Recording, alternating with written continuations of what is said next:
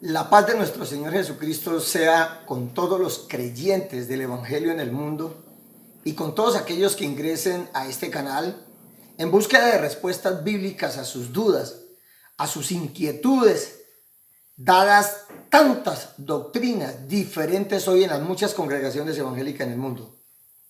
En el video anterior explicamos acerca de Apocalipsis 10.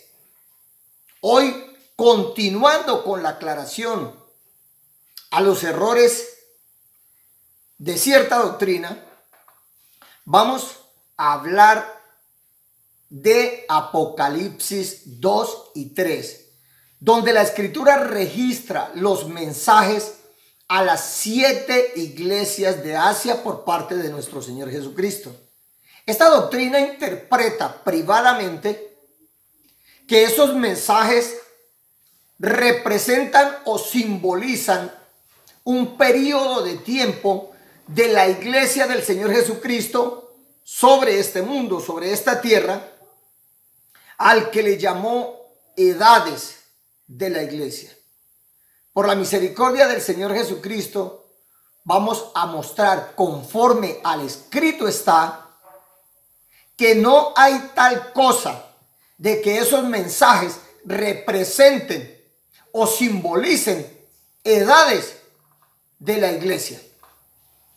Para efectos de esta aclaración, es necesario ir al origen de esta doctrina, que lo encontramos en otra doctrina de hace aproximadamente unos 200 años nada más, llamada el dispensacionalismo, el cual es un sistema interpretativo religioso que considera que la historia bíblica está dividida por Dios en dispensaciones, periodos definidos o edades a las que Dios ha asignado principios administrativos distintos. Esto es el dispensacionalismo. Y es necesario también referirnos a aquellos que iniciaron esta doctrina y que la apoyaron o la difundieron. El autor o creador de esta doctrina fue John Nelson Darby, por allá en el año de 1830, un clérigo anglicano en sus inicios, y por ello es considerado el padre del dispensacionalismo moderno, porque fue el creador de esa doctrina. Pero quien más incidió quizás en la proliferación, en la expansión de esta doctrina del dispensacionalismo fue Cyrus Scofield, un ministro religioso estadounidense, autor de la Biblia de referencia Scofield, que hoy es tan usada por pastores y por creyentes, sin conocer la doctrina ni la historia de este varón que escribió esa Biblia. Fue tan grande e influyente la labor de este hombre en la difusión de esa doctrina dispensacional, por cuanto en su Biblia dejó anotaciones explicativas sujetas a la comprensión propia de ese sistema doctrinal dispensacional. Y esto, muchísimos creyentes, la inmensa mayoría de creyentes que acogieron esa doctrina dispensacional, lo hicieron por la influencia de este hombre que dejó esas notas explicativas a pie de páginas, influenciadas por esta doctrina de John Nelson Darby. Entonces lo creen como palabra de Dios, creen más en las anotaciones explicativas a pie de página que en la misma palabra de Dios. Bien, esto como información para aquellos que no conocen o no conocían el origen de esa interpretación privada acerca de las 7 dispensaciones de la humanidad sobre la tierra. Pero en este video nos ocuparemos de otros personajes que, imitando a John Nelson Darby y a Cyrus Scofield, se inventaron también otra doctrina, otra interpretación privada sobre el 6º período o la 6ª dispensación, llamada de la gracia o de la iglesia, y de ella también la dividieron en 7 periodos o 7 edades. Esto es lo que por la misericordia del Señor Jesucristo vamos a explicar y vamos a mostrar conforme al escrito está. Si es cierto que esos mensajes a las iglesias de Asia representan o simbolizan periodos o edades de la iglesia, como lo interpretó otro hombre siguiendo el ejemplo de los 2 anteriores. Lo interpretó así Clarence Larkin, pastor bautista dispensacionalista también, autor de varios libros, entre ellos un libro en el que está claro, en donde definió esas 7 edades de la iglesia, llamada su obra El Libro de Apocalipsis.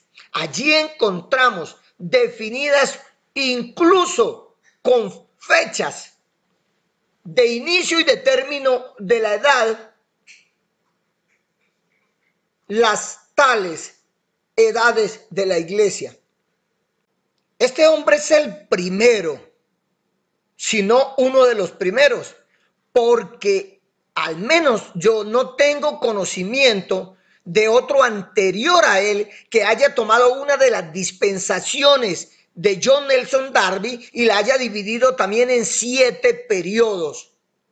No tengo conocimiento, pero tal como Cyrus difundió la doctrina de John Nelson Darby de las dispensaciones, asimismo otro varón difundió esta doctrina de las edades de la iglesia, de Clarence Larkin, pastor bautista, pero este hombre se atribuyó la autoría él mismo como revelación de Dios de esas edades de la iglesia, con fecha incluso de inicio y término de la edad.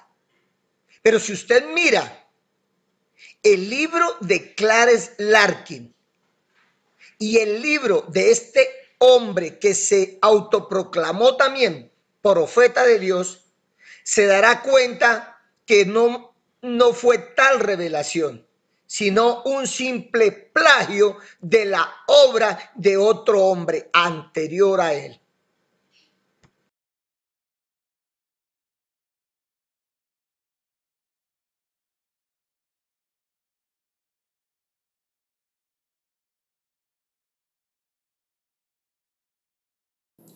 He hecho este preámbulo porque me pareció necesario que aquellos que han creído en esta doctrina del dispensacionalismo, en esta doctrina de los tiempos de la iglesia o las edades de la iglesia, comprendan que esto es solamente la interpretación privada de un hombre o de unos hombres, no que esté escrito en la palabra de Dios. Y esto lo vamos a ver ahorita cuando leamos el mensaje a las iglesias de Asia y expliquemos qué es lo que está escrito en la palabra de Dios sin interpretaciones humanas. Lo que es obvio, lo que es claro, lo que es evidente, no lo especulativo. Vamos a pasar entonces, por la misericordia del Señor, ahorita sí a lo sustancial. Al escrito está, a los mensajes registrados en Apocalipsis 2 y 3 a las iglesias de Asia. Dice la escritura en Apocalipsis 2:1. Escribe al ángel de la iglesia en Éfeso, el que tiene las 7 estrellas en su diestra, el que anda en medio de los 7 candeleros de oro, dice esto: Yo conozco tus obras y tu arduo trabajo y paciencia, y que no puedes soportar a los malos, y has probado a los que dicen ser apóstoles y no lo son, y los has hallado mentirosos. Y has sufrido, y has tenido paciencia, y has trabajado arduamente por amor de mi nombre, y no has desmayado. Vamos hasta aquí, como es mi costumbre, desmenuzando el alimento. Veamos esto que le dice el Señor Jesucristo a la congregación en Éfeso es aplicable a toda la iglesia durante un periodo de tiempo o una edad. Porque si están hablando de periodos de tiempo, de dispensaciones, de edades de la iglesia, y están diciendo que el primer periodo de la iglesia va del año 70 al 170, quieren decir que este mensaje es aplicable a toda la iglesia, no solamente a una congregación. Branham modificó en unos pocos años el inicio de la supuesta edad de Éfeso que dijo Larkin, pero dijo, este mensaje al ángel de la iglesia que está en Éfeso no es un mensaje a la iglesia local de Éfeso, es más bien un mensaje para la edad. Esto es absolutamente errado. ¿Qué está diciendo el Señor aquí? Le dice a esa congregación que Él conoce sus obras, conoce su arduo trabajo y paciencia, que conoce que no puede soportar a los malos, que ha probado a los que se dicen ser apóstoles y no lo son, y los ha hallado mentirosos, que ha sufrido, que ha tenido paciencia, que ha trabajado arduamente por amor de su nombre y que no ha desmayado. ¿Qué está haciendo el Señor? Está ponderando, está elogiando, enalteciendo, si se quiere, las buenas cosas de esta congregación en el caminar en el evangelio.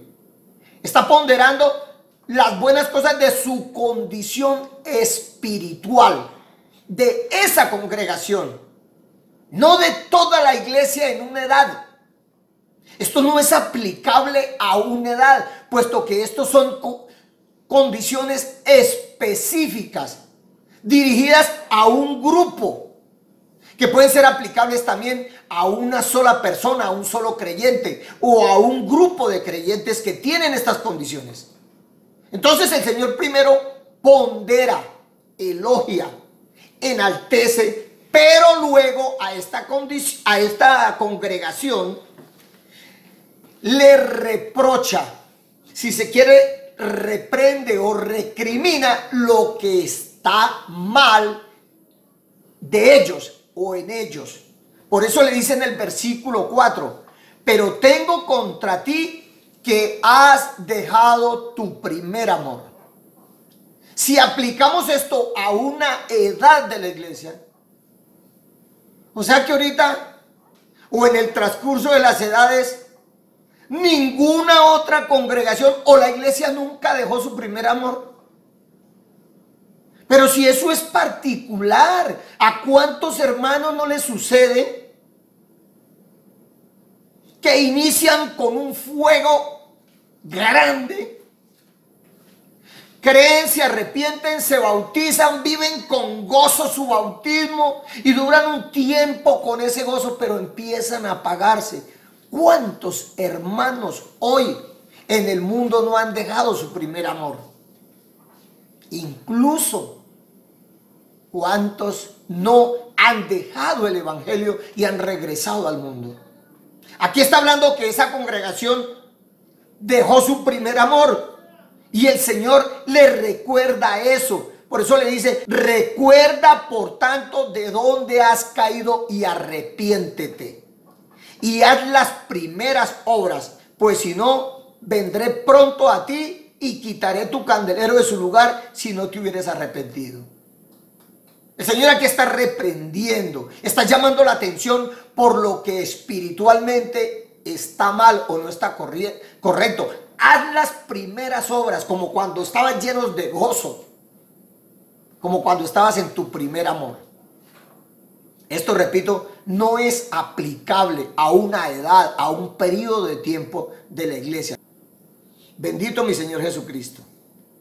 Sin embargo, después de haberle reprendido ahí, vuelve y elogia, vuelve y pondera otra condición buena de esa congregación de Éfeso. Y le dice, pero tienes esto, que aborrece las obras de los nicolaítas, las cuales yo también aborrezco. ¿Cuántos no consienten hoy el pecado en su congregación? ¿Cuántas congregaciones? Recordemos acá en el versículo 2 donde dice, y has probado los que se dicen ser apóstoles y no lo son. ¿Cuántas congregaciones hoy en el mundo no tienen supuestos apóstoles? Y ellos mismos se autodenominan apóstoles, y después de que el que funda la congregación se autodenomina apóstol, entonces se cree con el derecho de seguir nombrando apóstoles. ¿O cuántos falsos profetas no hay en el mundo nombrando sus apóstoles? Esto no fue solamente una condición de disque la primera edad, allá del año 170 al 170, como lo interpretó, como lo propuso en su doctrina Clarence Larkin, y se lo apropió como revelación William Marion Branham, siendo que era ya doctrina que había enseñado Clarence Larkin. Bendito mi Señor Jesucristo. ¿Cuántos hoy también no denunciamos los falsos apóstoles? No probamos a los que dicen ser apóstoles y no lo son, y los hemos hallado conforme a la escritura mentirosos. Eso no fue solamente allá de esa edad. Pasemos a otro mensaje. El mensaje a la congregación de Esmirna. Y veamos de esta congregación qué pondera, qué elogia, qué enaltece, si se quiere, el Señor de esa congregación. Lo encontramos allá en Apocalipsis 2:8. Y escribe al ángel de la iglesia en Esmirna, el primero y el postrero, el que estuvo muerto y vivió, dice esto: yo conozco tus obras y tu tribulación y tu pobreza, pero tú eres rico, y la blasfemia de los que se dicen ser judíos y no lo son, sino sinagoga de Satanás. Hasta aquí, mire que pondera. Conozco tus obras, tu tribulación, tu pobreza, y la blasfemia de los que se dicen ser judíos y no lo son, sino sinagoga de Satanás. ¿Cuántos hoy? ¿Cuántos cristianos ahora judaizan y quieren que los que seguimos al Señor Jesucristo conforme al Evangelio y conforme a la Escritura cumplamos la ley de Moisés? Bendito mi Señor Jesucristo. Amén. Gloria a Dios. Entonces, luego el Señor le advierte, le dice lo que va a pasar. No temas en nada lo que vas a padecer. Se lo dice a la congregación de Esmirna. Entonces yo les digo a los que creen esta doctrina, cuando el Señor le dice a la iglesia de Esmirna, no temas en nada lo que vas a padecer, he aquí el diablo echará a algunos de vosotros en la cárcel para que seáis probados y tendréis tribulación por 10 días, sé fiel hasta la muerte y yo te daré la corona de la vida. ¿Acaso esto era solo allá para ese tiempo, para esos años, ese periodo, para esa supuesta edad? No. Eso ha sido una constante desde el mismo nacimiento de la iglesia ha sido una constante, permanente, que quien sigue la verdad y habla la verdad tiene que padecer. Esto no es una condición de un tiempo, una condición que va a vivir la iglesia durante un tiempo. ¿Cuántos no padecieron? No fueron sacrificados, asesinados, torturados por la Santa Inquisición. ¿Cuántos hoy en el mundo no están siendo perseguidos, apedreados, asesinados, amenazados? ¿Será que eso no es padecimiento? No, este mensaje es aplicable también a cualquier creyente, a cualquier congregación que quiera vivir la palabra de Dios conforme está escrita. No temas lo que vas a padecer. Y continúa diciendo el Señor: he aquí el diablo echará a alguno de vosotros en la cárcel para que seáis probados y tendréis tribulación por 10 días. Sé fiel hasta la muerte y yo te daré la corona de vida. ¿Acaso ese sé fiel hasta la muerte y yo te daré la corona de la vida era solamente para el 312 al 606? Hasta que venga nuestro Señor Jesucristo, muchos hemos de morir por causa del evangelio, si es el caso.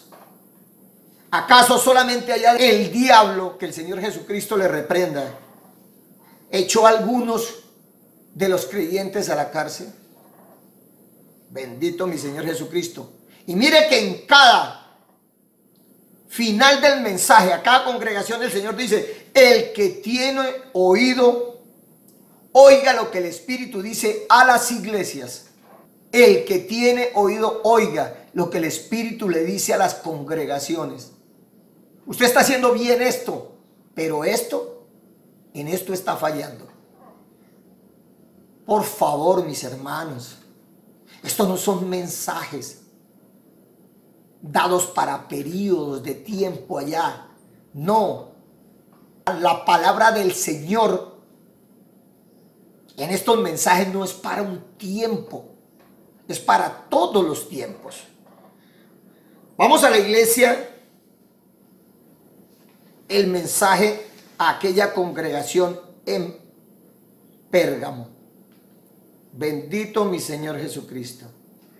Versículo 12. Y escribe al ángel de la iglesia en Pérgamo, el que tiene la espada aguda de 2 filos, dice esto: yo conozco tus obras y dónde moras, donde está el trono de Satanás, pero retienes mi nombre y no has negado mi fe, ni aun en los días en que Antipas, mi testigo fiel, fue muerto entre vosotros, donde mora Satanás. ¿Cuántos creyentes en el mundo hoy no viven donde mora Satanás? Que el Señor Jesucristo le reprenda. Pero aún así, con todas las persecuciones del mal, retienen el nombre del Señor y no niegan la fe. Así tengan que morir como murió Antipas allá en Pérgamo. Bendito mi Señor Jesucristo. Eso le está ponderando el Señor, que retiene su nombre, no ha negado la fe, a pesar de que Antipas, el testigo fiel del Señor, fue muerto entre ellos. No se amilanaron, no se asustaron, se fortalecieron en el espíritu. Sin embargo, también tiene algo contra esa congregación y por eso les dice, versículo 14: pero tengo unas pocas cosas contra ti. Oiga, no eran muchos, eran pocas. Pero esto es un camino de perfección. Y aún esas pocas cosas que no están bien, hay que acabarlas, hay que sacarlas. Que tienes ahí a los que retienen la doctrina de Balaán, que enseñaba a Balac a poner tropiezo ante los hijos de Israel, a comer de cosas sacrificadas a los ídolos y a cometer fornicación. Oiga, ojo con esto, que retienen la doctrina de Balaam. ¿Cuántas congregaciones hoy en el mundo no retienen doctrinas antibíblicas, anticristos? De hecho, cada congregación tiene una doctrina diferente a la otra congregación. Bueno, ¿y cómo es eso? Si la doctrina es una sola y la verdad es una sola, una. Entonces, ¿por qué tanta doctrina diferente? Y aquí dice la Escritura que allá en Pérgamo retenían la doctrina de Balaam. Balaam, como no pudo maldecir a Israel, se valió de artimañas para hacer caer al pueblo de Dios, para poner al pueblo de Dios, a Israel, contra él. Como no lo pudo maldecir, entonces hizo uso de doctrinas mañosas. ¿Cuántos hoy no están siguiendo doctrinas mañosas? Doctrinas de la prosperidad, doctrina de la transustanciación, doctrinas de la revelación. El mal, el adversario, ese ser que no quiere tu salvación,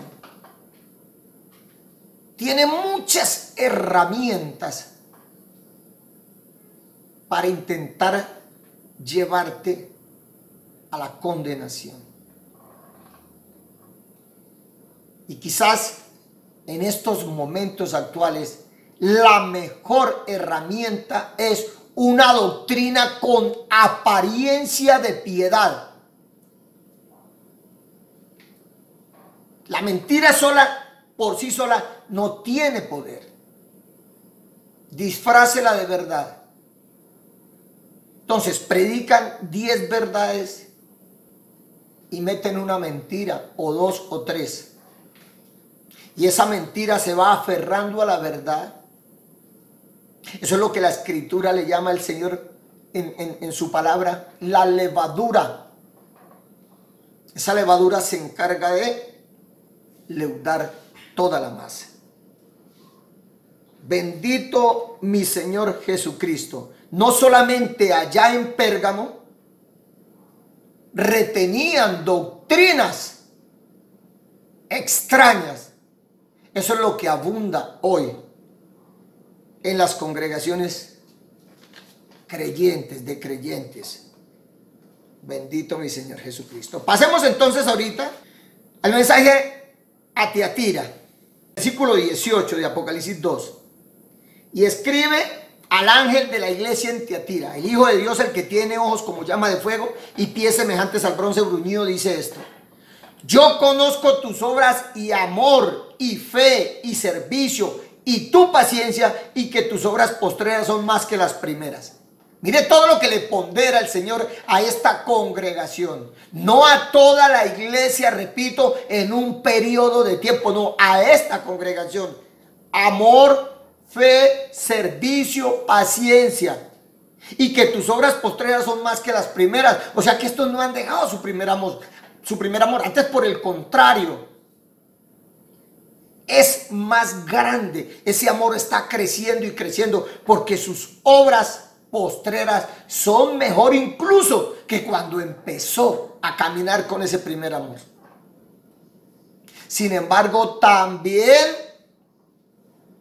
le hace el reproche, le hace la corrección, el llamado de atención, y le dice: pero tengo unas pocas cosas contra ti. También son pocas. Que toleras que esa mujer Jezabel, que se dice profetiza, enseñe y seduzca a mis siervos a fornicar y a comer cosas sacrificadas a los ídolos. Ejemplos hoy muchísimos. Y si esto hubiera sido para allá, para esa época o esa edad, según estos dispensacionalistas, que se dio del 606 al año 1520, entonces se hubiera quedado allá. Pero ¿cuántas falsas profetizas no hay hoy en muchas congregaciones? Profetizan sobre países, profetizan sobre presidentes, profetizan sobre la naturaleza. Falso, falso, falso, falso, falso, falso, falso. Y siguen profetizando y sus seguidores siguen creyendo el cuento. Bendito mi Señor Jesucristo. Y le he dado tiempo para que se arrepienta, pero no quiere arrepentirse de su fornicación. He aquí, yo la arrojo en cama y en gran tribulación a los que con ella adulteran, si no se arrepienten de las obras de ella. Bendito mi Señor Jesucristo. Tal es su misericordia, que siempre llama al arrepentimiento. Siempre. Y le dice a esa mujer Jezabel, a esa falsa profetisa: y a sus hijos heriré de muerte, y todas las iglesias sabrán, ojo con esto, y a sus hijos heriré de muerte. Esto es aplicable a todos los que siguen esa doctrina. Y todas las iglesias sabrán que yo soy el que escudriña la mente y el corazón, y os daré a cada uno según vuestras obras. En esta doctrina que por la misericordia del Señor Jesucristo vengo aclarando y procurando a mis hermanos que entiendan que están siguiendo herejías. En esta doctrina dicen que prefieren estar errados en su doctrina y correctos en su corazón. Oiga, qué mentira tan grande. La doctrina lo puede a usted salvar o condenar, pero lean en la palabra de Dios lo que está escrito acerca del corazón. Engañoso. Si usted tiene su corazón correcto, su mente estará correcta y el Señor le permitirá entender la doctrina verdadera. Todo va junto, articulado. No es que yo tenga un corazón malo, pero voy a tener una buena doctrina. ¿Pero cómo? Bendito mi Señor Jesucristo. A la congregación de Sardis le dice esto, lo encontramos en Apocalipsis 3:1. Escribe al ángel de la iglesia en Sardis, el que tiene los 7 espíritus de Dios y las 7 estrellas, dice esto: yo conozco tus obras. Bendito mi Señor Jesucristo. ¿Qué es lo que no conoce el Señor? Que tienes nombre de que vives y estás muerto. Sé vigilante y afirma las otras cosas que están para morir, porque no he hallado tus obras perfectas delante de Dios. Oiga, qué cosa tan tremenda. El mensaje a esta iglesia en Sardis y a la iglesia en la Odisea sí que son tremendos. Estos, dice la escritura, que tienen nombre de que viven y están muertos. Es lo que abunda hoy también. Asisten a congregaciones que creen que les van a dar allá un mensaje de vida. Y es un mensaje de muerte lo que les están dando allá. Y a esta congregación le dice: sé vigilante y afirma las otras cosas que están para morir. Están al borde ya. Bendito mi Señor Jesucristo. Acuérdate pues de lo que has recibido y oído, y guárdalo y arrepiéntete, pues si no velas, vendré sobre ti como ladrón y tú no sabrás a qué hora vendré sobre ti. Pero aún esta congregación tiene algo o alguien o algunos, y le dice el Señor: pero tienes unas pocas personas en Sardis que no han manchado sus vestiduras y andarán conmigo en vestiduras blancas porque son dignas. Unas pocas personas en Sardis. Bendito mi Señor Jesucristo. De mí han llegado a decir dice que soy el enemigo número uno de ese varón, William Marion Branham. Y eso es tan falso como una moneda de cuero que sea enemigo de ese hombre, William Marion Branham. De hecho, ni lo conocí, no viví en su tiempo. Mi trabajo por la misericordia del Señor Jesucristo es por estas pocas personas que no han manchado sus vestiduras, para que salgan de ahí y regresen al verdadero camino, al evangelio del Señor Jesucristo. Y por estas personas, dice el Señor, dice, y andarán conmigo en vestiduras blancas porque son dignas. Por estas personas, dice el Señor, el que venciere será vestido de vestiduras blancas, y no borraré su nombre del libro de la vida, y confesaré su nombre delante de mi Padre y delante de sus ángeles. Bendito mi Señor. Pasemos al mensaje de Filadelfia y ya vamos a concluir por la misericordia del Señor. Apocalipsis 3:7 dice, escribe al ángel de la iglesia en Filadelfia, esto dice el santo, el verdadero, el que tiene la llave de David, el que abre y ninguno cierra, y cierra y ninguno abre. Yo conozco tus obras, he aquí he puesto delante de ti una puerta abierta, la cual nadie puede cerrar, porque aunque tienes poca fuerza, has guardado mi palabra y no has negado mi nombre. Es quizá de todas las congregaciones la que mejor está, o no quizá, es un hecho, conforme al escrito está. Por eso le dice el Señor, he puesto delante de ti una puerta abierta, la cual nadie puede cerrar, porque aunque tiene poca fuerza, ha guardado su palabra y no ha negado su nombre. Mire algo maravilloso en este mensaje a esta congregación de Filadelfia, que por la evidencia camina bien, caminaba bien en el Señor. Le dice, he aquí yo entrego de la sinagoga de Satanás a los que se dicen ser judíos y no lo son, sino que mienten. He aquí yo haré que vengan y se postren a tus pies y reconozcan que yo te he amado. Le dice a la congregación de Filadelfia. Según el falso profeta William Marion Branham, ese mensaje a Filadelfia representa, simboliza la sexta edad de la iglesia, del año 1750 a 1900. O sea, bárbaro, ya, bárbaro. O sea, que toda la iglesia de 1750 a 1900 guardaban la palabra y no negaban el nombre. Tenían poca fuerza, sí. ¿A quién se le ocurre eso? Hasta aquí ya deberían haber comprendido los que han de comprender, los que han de entender, que no hay tal cuento de edades de la iglesia, y le colocan hasta fechas, de tal año a tal año tal edad, de tal año a tal año tal edad. ¿Cuál cuento? Dice la escritura, continúa diciendo, por cuanto has guardado la palabra de mi paciencia, yo también te guardaré de la hora de la prueba que ha de venir sobre el mundo entero, para probar a los que moran sobre la tierra. Repito, esto es un mensaje para todos aquellos que guardemos la palabra del Señor.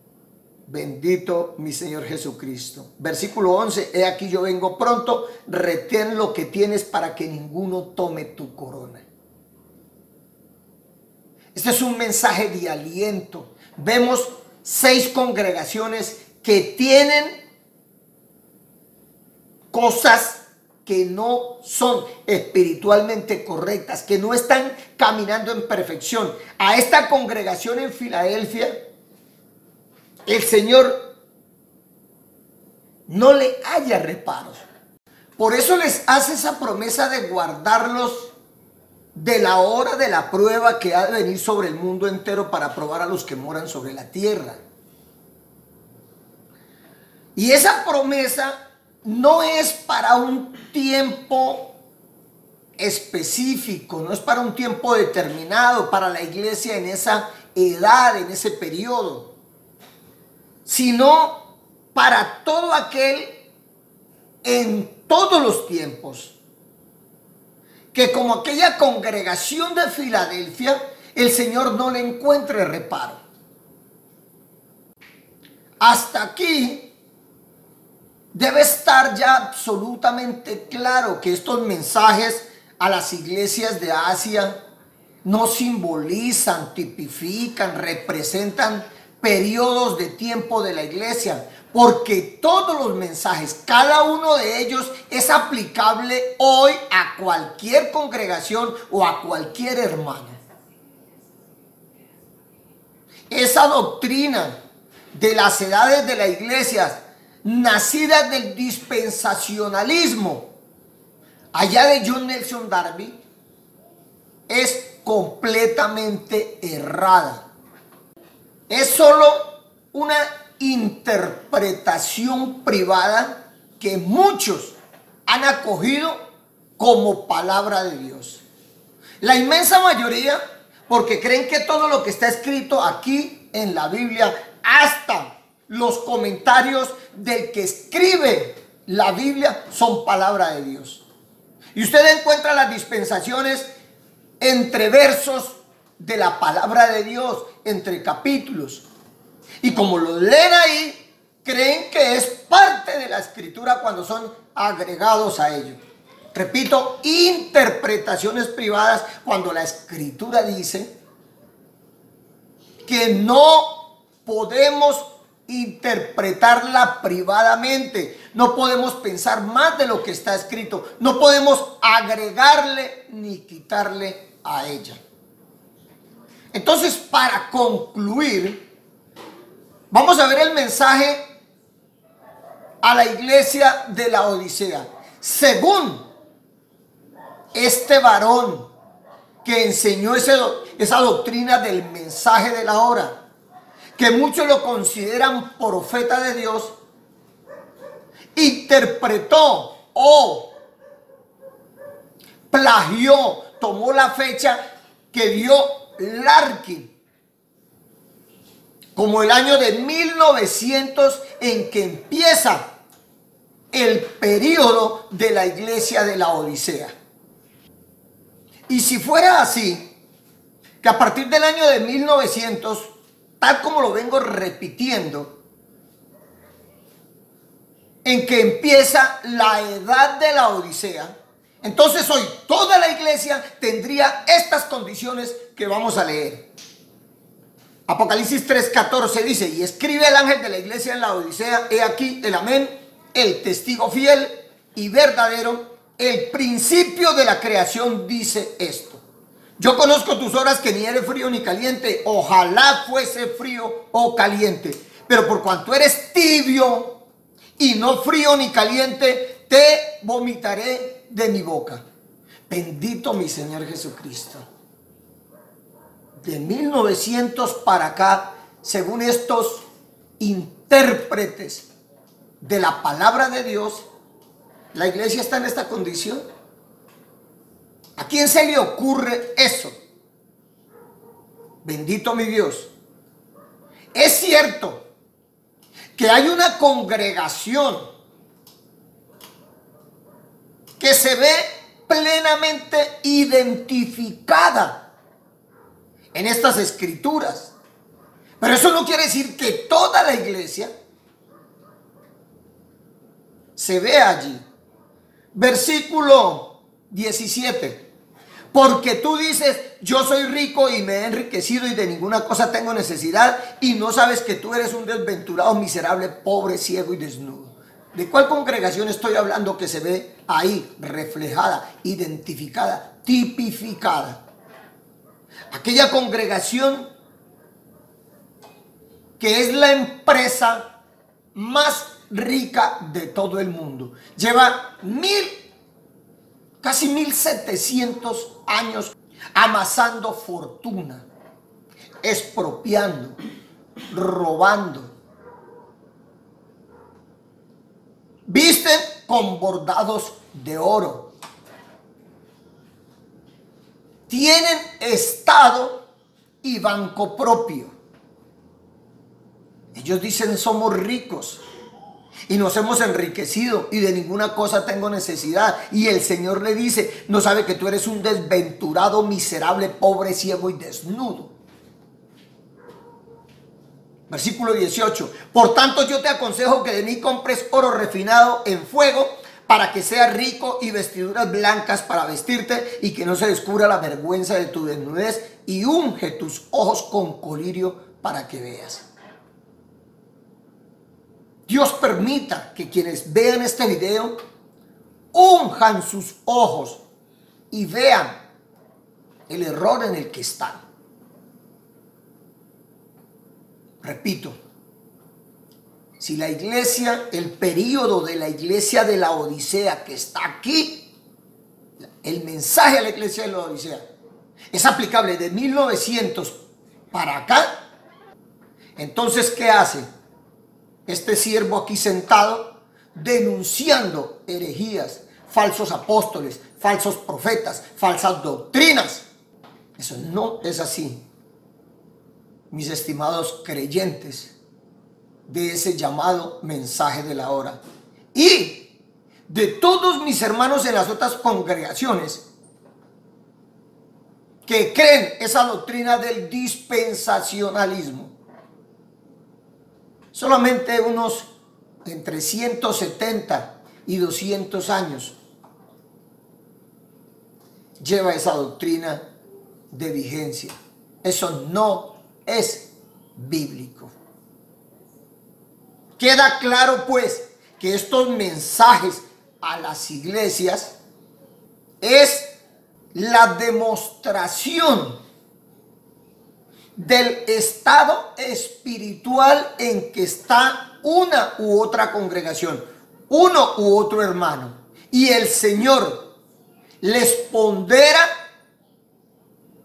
les alaba las cosas que están bien a esas congregaciones y llama la atención para que se arrepientan, para que corrijan, para que vuelvan al camino aquellos que están mal, o para que quiten de sí aquellas cosas que están haciendo mal. No son otra cosa estos mensajes. Y por eso cada mensaje es aplicable hoy mismo a una u otra congregación, a uno u otro hermano. ¿Qué pasó, hermano, con su primer amor? ¿Por qué anda así como apagado, mi hermano? ¿Qué pasó, hermanos que están siguiendo doctrinas falsas? ¿Qué pasó que está siguiendo doctrina de la prosperidad? Plata, plata, plata. Dios no quiere que usted sea pobre, sino rico, porque Él es el dueño de la plata y el oro. Bendito mi Señor Jesucristo. Con esto termino, mis hermanos, dando mi bendición, y que la paz de mi Señor Jesucristo sea con todos.